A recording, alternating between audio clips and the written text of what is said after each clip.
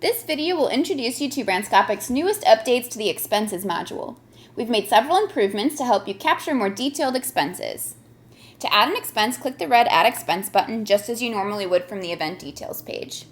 Next, you'll be taken to this new expense lightbox, which you'll notice looks a little bit different. There's a few more fields that you're able to fill out about this expense. The first new field is Category. To add a category, simply click the drop-down and select whichever category your expense is. These categories are configured at the campaign level, so what that means is they may look a little bit different depending on which campaign you're capturing this expense for. So for this example, I'm going to say that it's a bar spend expense. Next, you can enter in the date of the expense, followed by the amount, if it's reimbursable or billable, the brand, the merchant, optional, and a description's optional. You can also still add a photo by clicking Browse. Click Create to add your expense. You can now see it's been added. Next, I want to show you a second way to add an expense, which is called splitting an expense.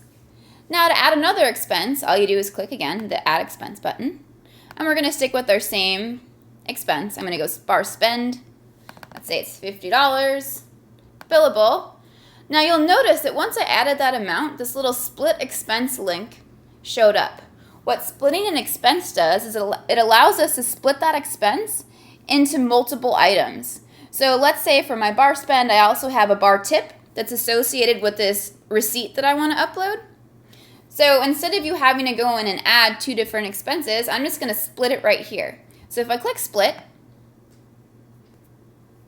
it allows me to specify in two different items or more by clicking on the plus how much money I want to give to each of these different items. So for bar spend, again, you can choose a brand.